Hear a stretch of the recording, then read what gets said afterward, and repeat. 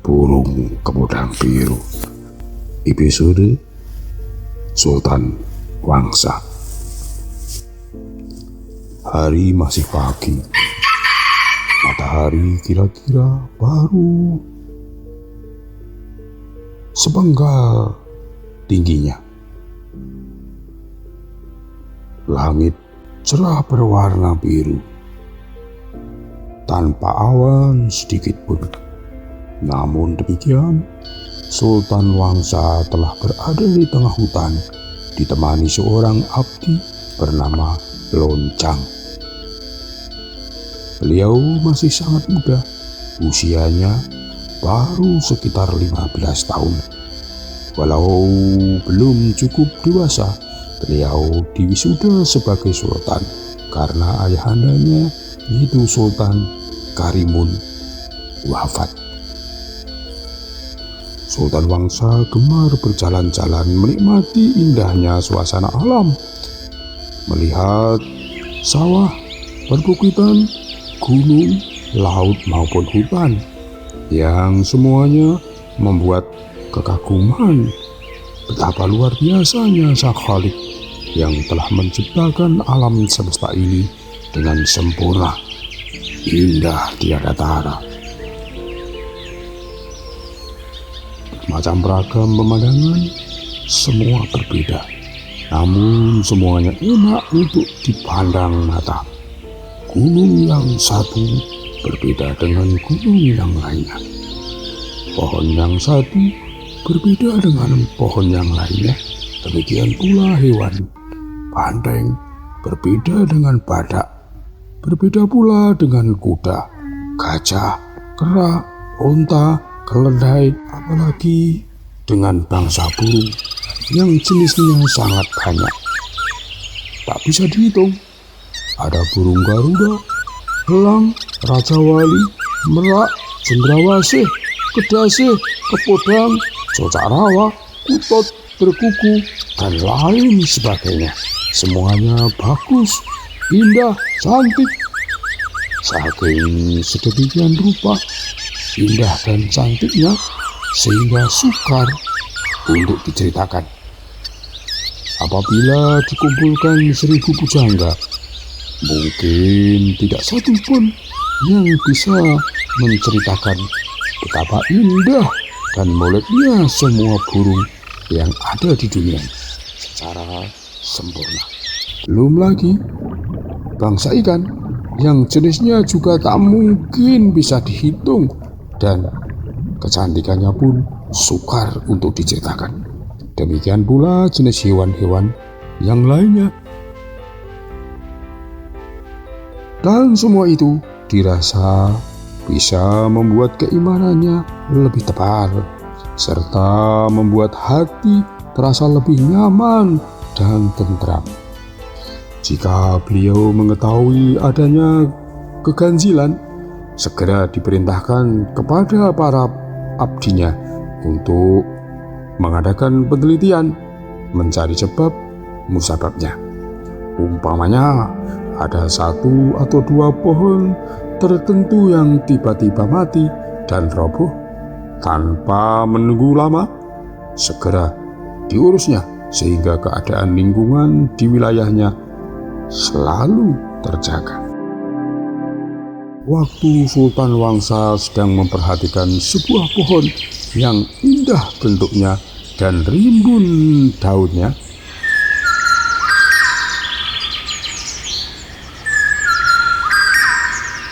beliau mendengar suara kicauan burung. Sungguh bertu kicaunya, enak nerva, dan menyenangkan, gumamnya sambil mencari arah suara. Sungguh aneh, sejak tadi aku perhatikan semua pepohonan yang ada, tetapi aku tidak menemukan di mana burung tersebut bertengger dan berkicau. Sambil terus memandang ke atas, memperhatikan semua dahan dan ranting, Sultan Wangsa berjalan ke sana kemari, ingin segera melihat burung yang Kicauannya begitu merdu dan sangat menarik hati. Yuhana ya? Tanyanya kepada seorang abdi yang bernama Loncang, yang selalu menemani kemanapun beliau pergi. Aduh, suaranya sangat indah. Tentu penampilannya juga cantik tiada tara. Karena cukup lama tidak diketemukan, beliau merasa letih, lalu istirahat, duduk di sebuah batu besar di bawah pohon yang rindang. Kita tunggu di sini, mungkin tidak lama lagi burung itu akan memperlihatkan diri. Semoga begitu. Jawab Loncang sambil selingukan melihat ke sana kemari.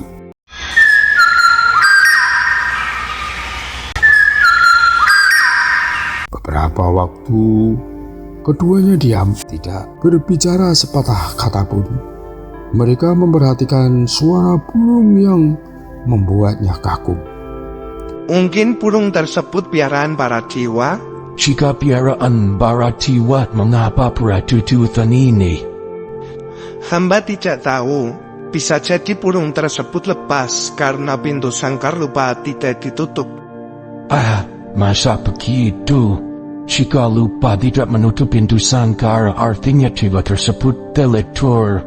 Masa ada jiwa deliktur? Kalau banyak jiwa yang deliktur kan berapi. Tuduh hamba juga pernah mempunyai seekor burung. Walau suaranya tidak begitu merdu, tetapi warna bulunya sangat menarik. Sayapnya berwarna kuning keemasan, tetetan ekornya berwarna oranye tua. Suatu hari, burung tersebut lepas gara-gara lupa menutup pintu sangkar. Dicari kemana-mana tidak ditemukan. Ayah hamba marah-marah hampir setengah hari. Lalu cerita selanjutnya bagaimana? Apakah burung tersebut bisa tertangkap lagi? Burung tersebut terbang tinggi hingga sampai awan di atas sana, dan hingga sekarang tidak bisa ditemukan lagi. Ayahmu tentu sangat sedih kehilangan seekor burung yang dicintai. Benar, sedih sekali. Lalu jatuh sakit selama seminggu. Hamba keluarga juga Gusti. Untung ada seorang tabib yang menolongnya.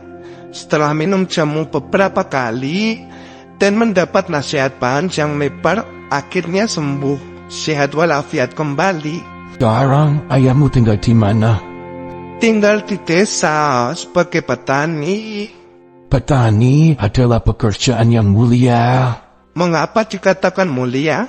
Petani menanam padi, jagung, sayur, buah, dan sebagainya. Juga beternak ayam, sapi, kerbau yang sangat kita butuhkan. Jika mereka tidak mengerjakan itu semua, apa yang kita makan? Benar, kita akan sengsara jika tidak ada padi, jagung, dan semua kebutuhan pokok. Semua orang akan kelaparan. Karena itu, kita mesti menghargai dan menghormati petani. Mereka berjasa bagi kita semua. Sesungguhnya tidak hanya kepada petani saja kita menghargai dan berterima kasih, tetapi kepada siapapun yang melakukan aktivitas positif yang berguna bagi kelangsungan hidup orang banyak. Apa yang Tuhan katakan tidak salah.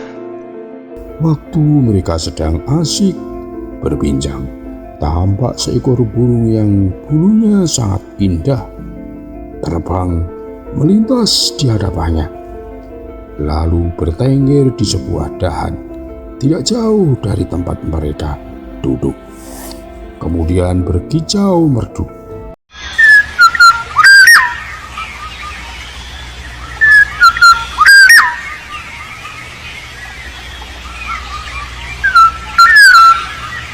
Keduanya terbeliak dan terlongong-longong melihat apa yang terjadi. Mereka lalu berdiri dan berjalan mengikuti kemana si burung indah itu terbang. Apakah kita akan menangkap burung itu, Tuan? Burung yang luar biasa, baru kali ini saya menjumpainya. Burung langka, ayo kita tangkap. Bagaimana caranya? dilempar dengan batu menggunakan ketapel atau panah? Mendengar pertanyaan tersebut, Sultan Wangsa tersenyum, kemudian berkata, Jika dilempar batu, ketapel atau panah, burung itu ya akan luka. Tentu rasanya sangat sakit. Kasihan kan? Bahkan jika mengenai bagian tubuh tertentu bisa membuat tewas. Benar, lalu bagaimana? Kita ikuti saja kemana dia pergi. Mungkin burung itu pulang ke sarangnya. Oh iya, hamba tahu jika telah berada di sarangnya, waktu malam hari kita tangkap. Iya, tetapi harus sabar menunggu hingga malam hari. Tampaknya burung itu gesit sukar untuk menangkapnya. Kalau kita mau berusaha walaupun sukar, akhirnya berhasil juga. Tetapi harus berhati-hati, jangan sampai burung itu ketakutan melihat tingkatan gerak-gerik kita. Ya, berjalan pelan-pelan saja, hingga kita jangan sampai menimbulkan suara. Jika perlu, kita tidak boleh terlalu banyak berbicara, berbisik-bisik saja. burung tersebut terbang. Sebentar-sebentar berhenti, bertengger di dahan atau ranting sebuah pohon sambil berkicau merdu.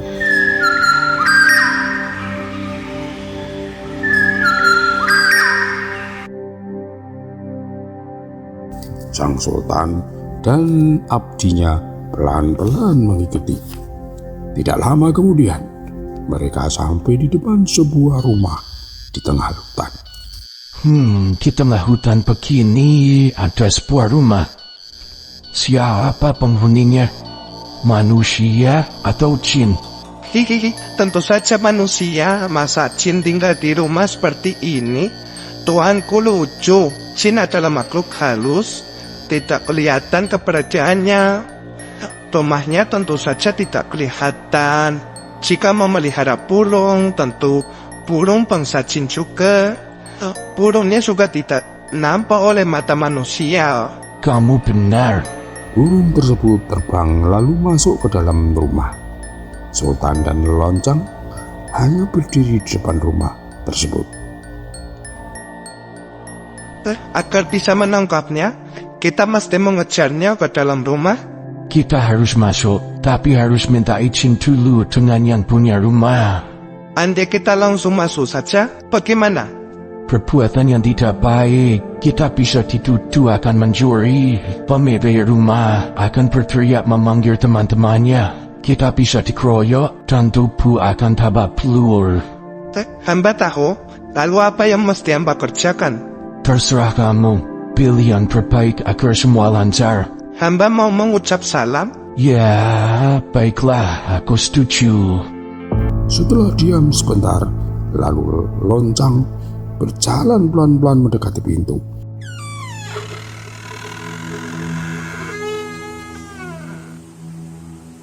Kemudian memandang keadaan rumah. Siapa tahu di dalam rumah ada seseorang yang bisa ditanya. Namun rumah terasa sepi, tidak seorang pun tampak. Sepi, tidak tampak ada seseorang. Kemana ya penghuni rumah ini? Mungkin baru ke pasar atau sedang pergi ke warung kulit cemilan. Pikirannya dalam hati. Hihihihi, masa pergi ke warung? Ini kan di tengah hutan. Pasti di sekitar sini tidak ada warung. Apalagi warung yang jual cemilan. Jelas tidak ada. Bodoh betul lagu ini. Pelan-pelan Loncang mengucap salam.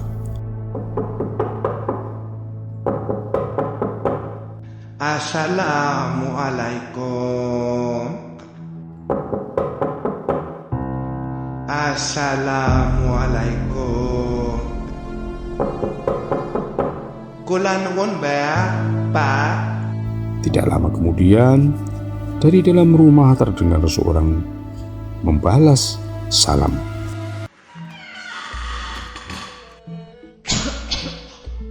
Waalaikumsalam warahmatullahi wabarakatuh.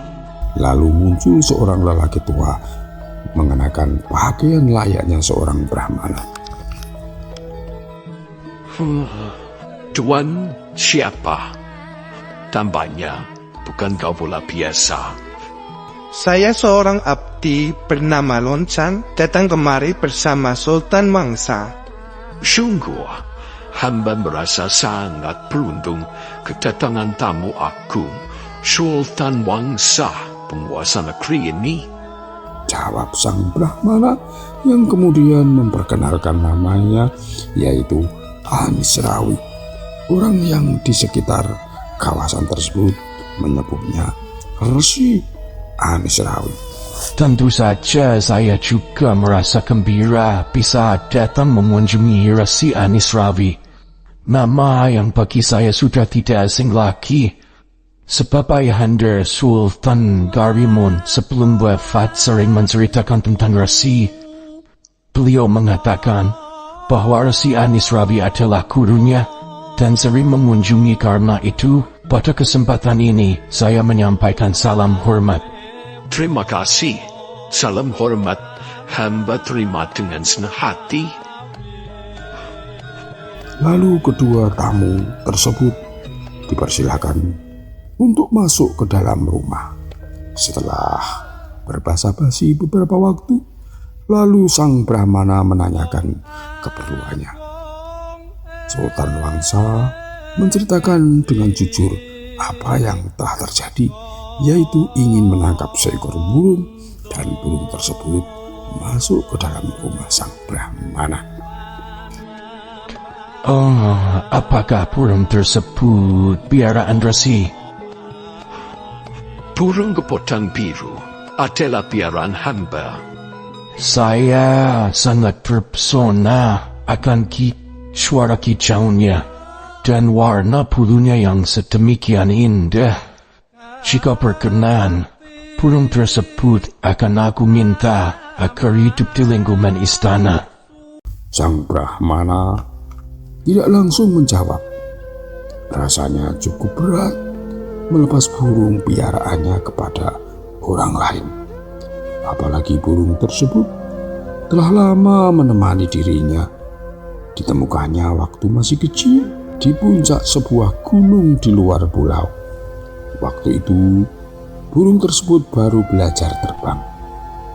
Namun apa hendak dikata, kini burung tersebut diminta oleh seorang sultan, penguasa yang membawai suatu kawasan di mana dirinya bertempat tinggal.